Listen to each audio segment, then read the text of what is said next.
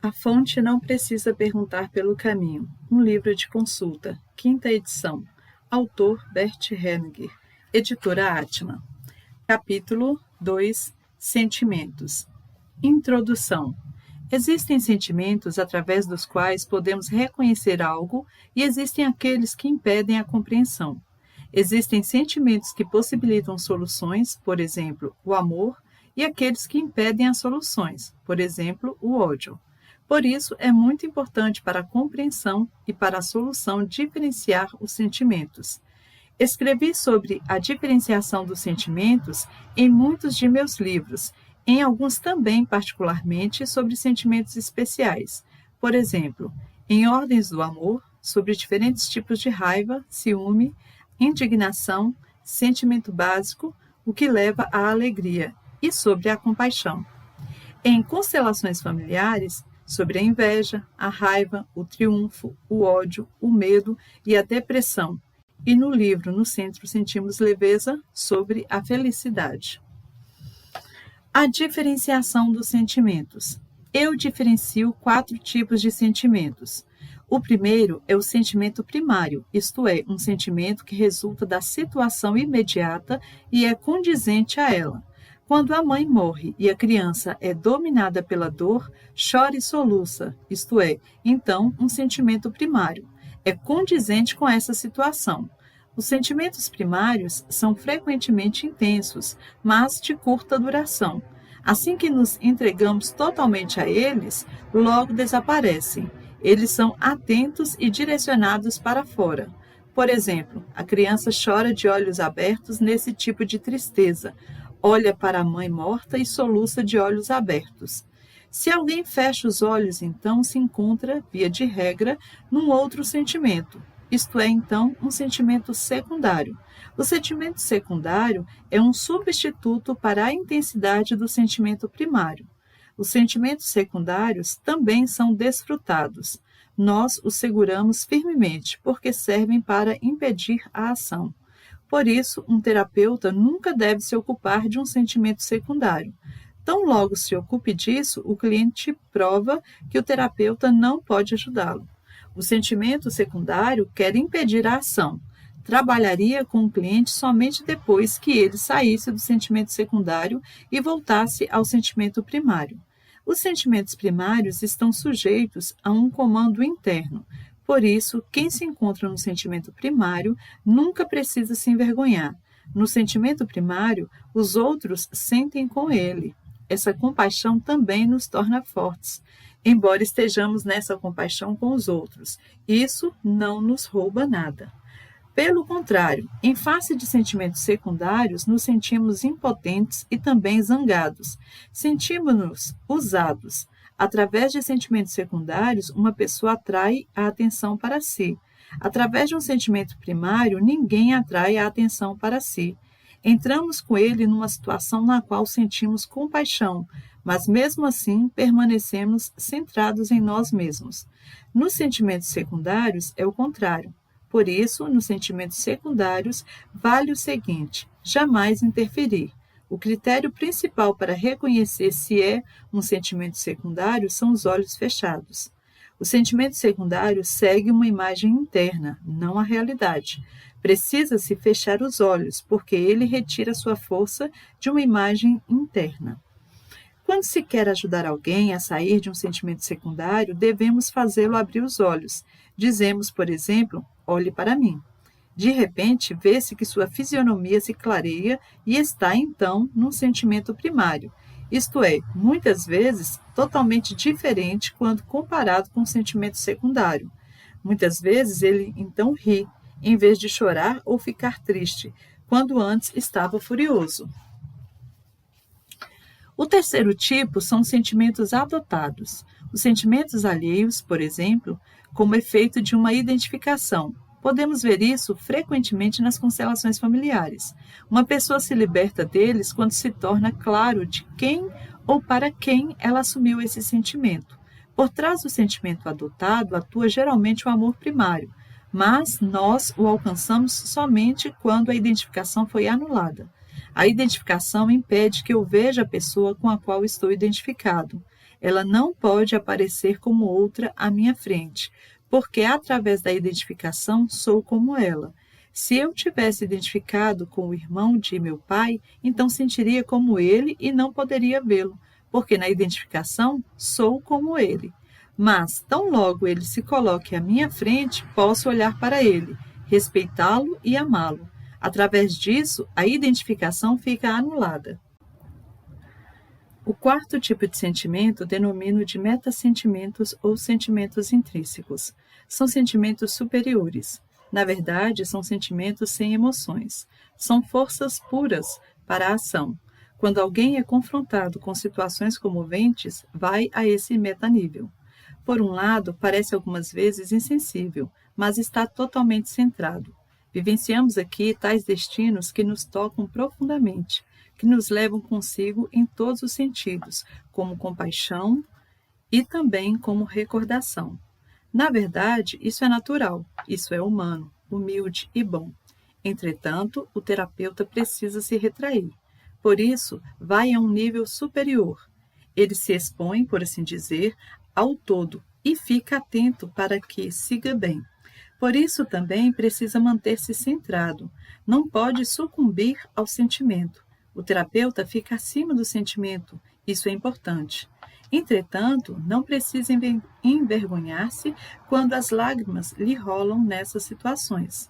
A palavra meta significa superior. É evidente que se vá para cima, para o nível superior. A imagem que combina com isso é: a gente sobe a montanha em vez de ficar embaixo no trânsito tumultuado. Em cima da montanha, a gente tem uma visão maior e está, ao mesmo tempo, solitário. Não se está intimamente ligado. Esta é uma imagem com a qual se pode trabalhar. O famoso Milton Erickson imaginava muitas vezes, durante o seu trabalho, que flutuava no teto e olhava para baixo para o cliente. Assim, ganhava e conservava a visão. Esta também é uma maneira de ir ao metanível. Entretanto, existe uma outra maneira totalmente diferente. Nós nos recolhemos ao centro vazio. Lá se está totalmente centrado. No ponto do centro vazio, estamos o mais profundamente ligados a um campo de força e atuamos sem agir. Esta é uma outra imagem, mas não devemos nos fixar às imagens. Sentimos, pelo efeito, o que mais ajuda e faz bem. Participante. Nas constelações, sempre vi a diferença entre os sentimentos primários e os secundários. Gostaria de entender melhor o que você disse sobre os metassentimentos. Sinto que disso depende a maneira como você pode trabalhar. Hellinger. Aqui muitas vezes ficou claro que, quando alguém falava em voz normal, o sentimento era o mais forte, portanto, falar estando simplesmente em contato consigo mesmo mostra o sentimento mais forte. O terapeuta ciente disso resiste às explosões dos sentimentos e os leva no final para esse simples falar com voz bem normal. Quando os sentimentos são fortes, digo frequentemente para o cliente senti-los sem emitir sons, sem palavras e sem som, apenas respirar profundamente. Então, o sentimento se aprofunda muito mais do que quando alguém grita. Entretanto, existem situações em que o sentimento se expressa bem fortemente, como o grito primal. Isso aqui é uma outra coisa. Tal grito atravessa a medula. Os metassentimentos. Existem sentimentos nos quais podemos confiar. Esses têm características típicas, são sem emoção, totalmente claros. Denomino-os de metassentimentos. Coragem pertence aos metassentimentos. Humildade é um metassentimento. Sabedoria também. Sabedoria significa que posso diferenciar se algo é possível ou não. Pode-se fazer essa diferenciação porque se está em harmonia com algo maior. Vivenciamos essa harmonia assim como quando se nada num rio calmo. Percebemos imediatamente a mais leve correnteza, ou quando alguém está velejando e abriu as velas. Percebe imediatamente o menor sopro de vento. Os metassentimentos são sentimentos em harmonia. O terapeuta trabalha com esses sentimentos. Muito se opõe à percepção do que é possível ou não, Por exemplo, que alguém queira algo que não está em harmonia. A outra coisa é que alguém não esteja absolutamente capacitado a ter essa percepção, porque está inundado de sentimentos alheios, de sentimentos que não lhe pertencem. Eles vêm, por exemplo, de sua família de origem. Os metassentimentos têm uma qualidade de leveza. Não há nada de pesado ou dramático nisso. São completamente simples. Chega-se a isso, libertando-se de seus próprios emaranhamentos.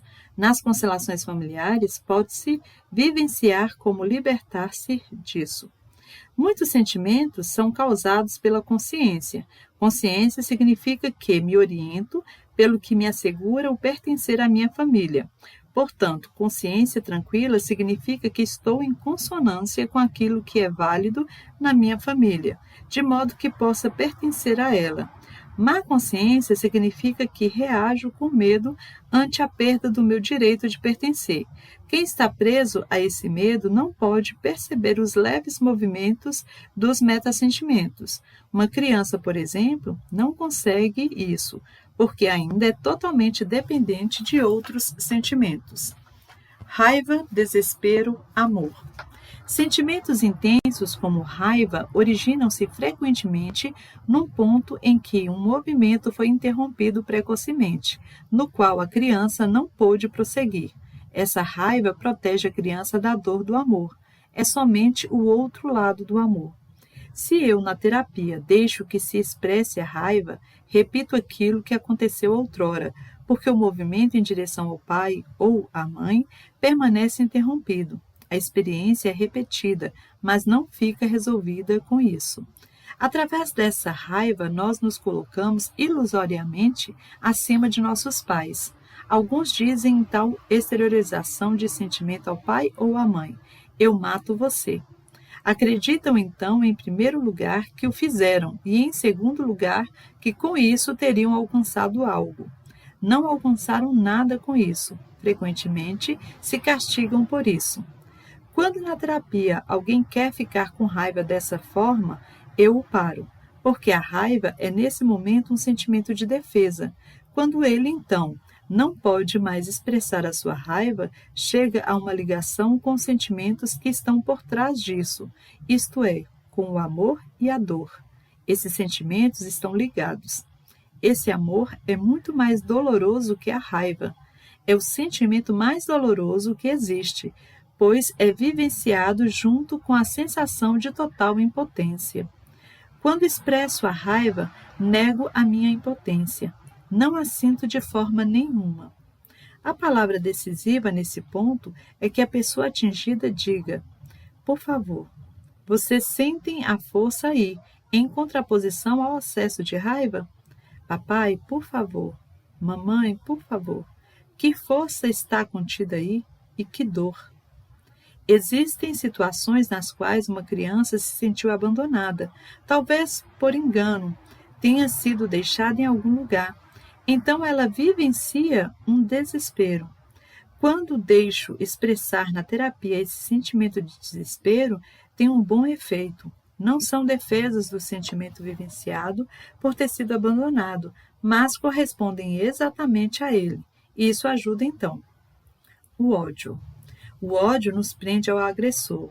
A vítima está livre do agressor quando se retira. Assim deixa o agressor com a sua própria alma e seu próprio destino. Isso é uma forma de respeito. Dessa forma, a vítima fica livre.